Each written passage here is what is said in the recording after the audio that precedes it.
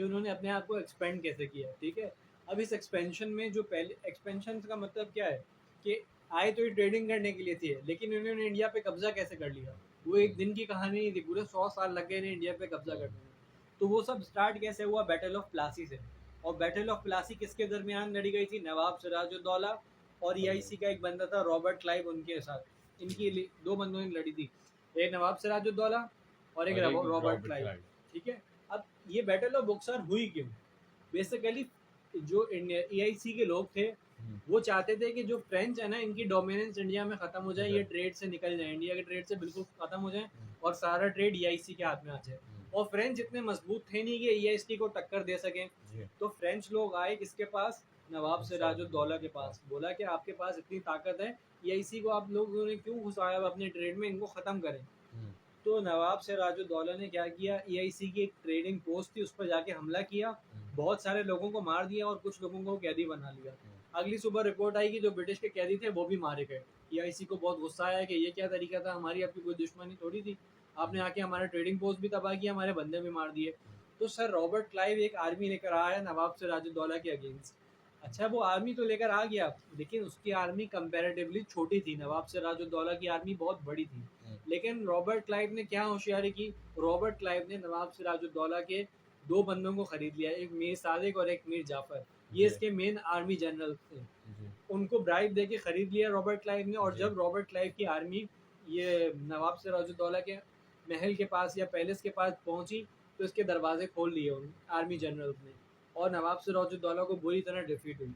इस तरह ब्रिटिश ने पहली दफ़ा एक बड़ी बैटल जीती और नवाब सिराजुद्दौला को हराते हुए इन्होंने बंगाल, मेरे ख्याल में नहीं, हाँ नवाब सिराजुद्दौला क्योंकि बंगाल का लीडर था तो इन्होंने बंगाल अपने कब्जे में कर लिया एक तरह से।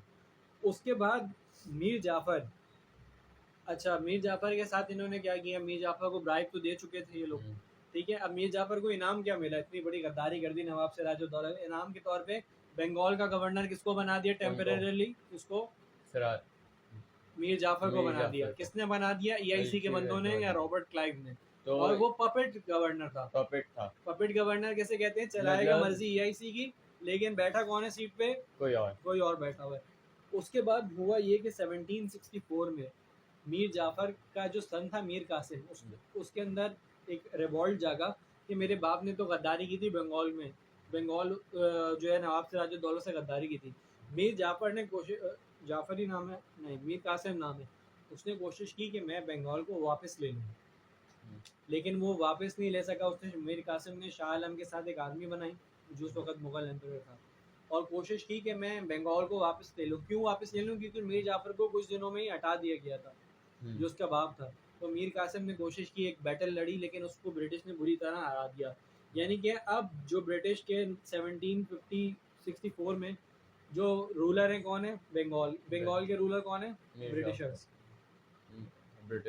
बंगाल नवाब सिराजुद्दौला के हाथ से गया, मीर जाफर के हाथ में आया एज अ पपेट गवर्नर, फिर मीर जाफर को भी उन्होंने हटा दिया, तो ईआईसी के हाथ में आ गया। मीर कासिम ने कोशिश की कि मैं वापस ले लूं, लेकिन नहीं।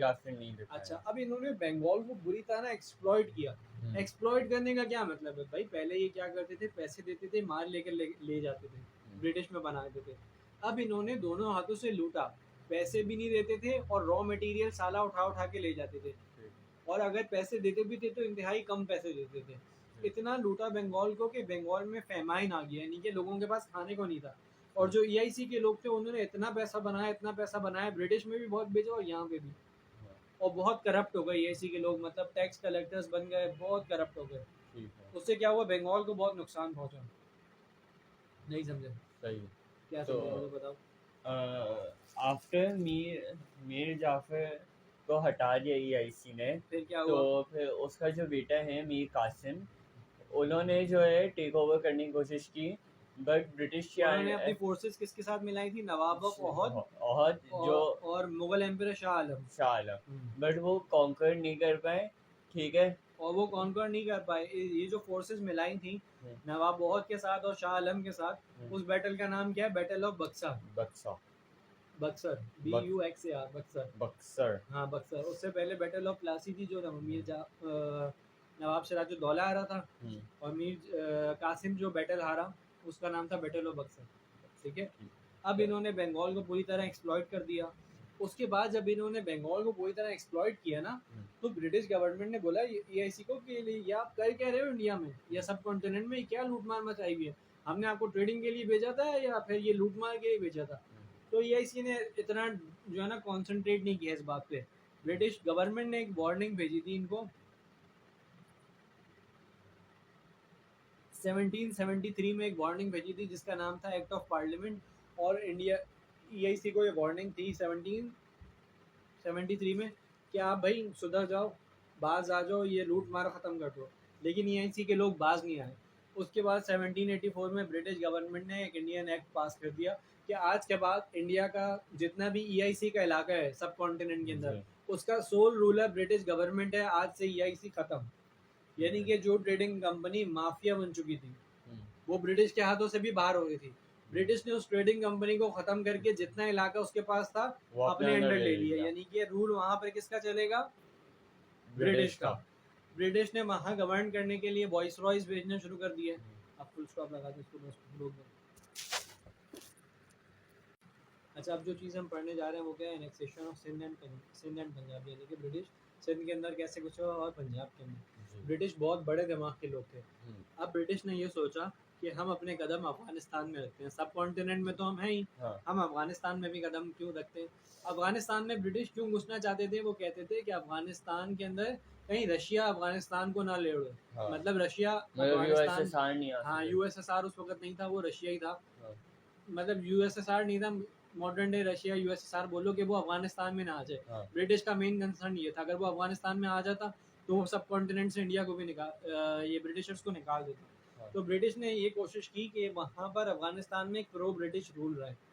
तो एक पंजाब का रूलर था रणजीत सिंह, उन्होंने उसको बोला कि आप हमारी हेल्प करो कि हम काबुल में ब्रिटिश डोमिनेंट गवर्नमेंट कायम करें। उसने बोला जाओ भाई अपना काम करो, मेरा काम नहीं। अच्छा, और रणजीत सिंह ने साथ नहीं दिया। फिर भी ब्रिटिश ने एक अपने ट्रूप्स जो है ना काबुल में उतार दिए। ये नहीं कि वहाँ पे अपनी गवर्नमेंट कायम करेंगे, सिर्फ उन्होंने बोला कि हम अपनी ट्रूप्स उतार रहे हैं, देखेंगे, विजिट करेंगे या सेटल होना चाहते हैं ब्रिटिश कुछ ट्रूप्स। अच्छा, हुआ क्या, अफगानिस्तान में एक रेबेलियन उठी और उस रेबेलियन के चक्कर में जितने ब्रिटिश ट्रूप्स या रेजिडेंट्स थे ना वो बुरी तरह मारे गए। अब ब्रिटिश को आया बहुत गुस्सा। ब्रिटिश ने बोला हम करें तो करें क्या, लेकिन अफगानिस्तान के खिलाफ वो कुछ कर नहीं सकते थे और गुस्सा भी उनको बहुत था। अब उन्होंने बोला कि गुस्सा निकाला कैसे जाए, और हमें एरिया भी चाहिए कब्जा करने के लिए, एक नया एरिया चाहिए। तो अफगानिस्तान तो हम नहीं कर सकते अब कब्जा, अच्छे खासे लोग भी मर गए और अब वो हमसे दूर भी है। इनकी नजरें आ गई सिंध के ऊपर। सिंध में उस वक्त अमीर्स की गवर्नमेंट हुआ करती थी। अमीर्स या जो भी लोकल गवर्नर्स थे उनके साथ ब्रिटिश का फ्रेंडली मुआहिदा था कि तुम अपनी हुकूमत करो ब्रिटिशर्स, हम सिंध में अपनी हुकूमत करते हैं। इनका पैक्ट पहले से साइन था। अब ये चाहते थे कि हम सिंध को कैप्चर करें।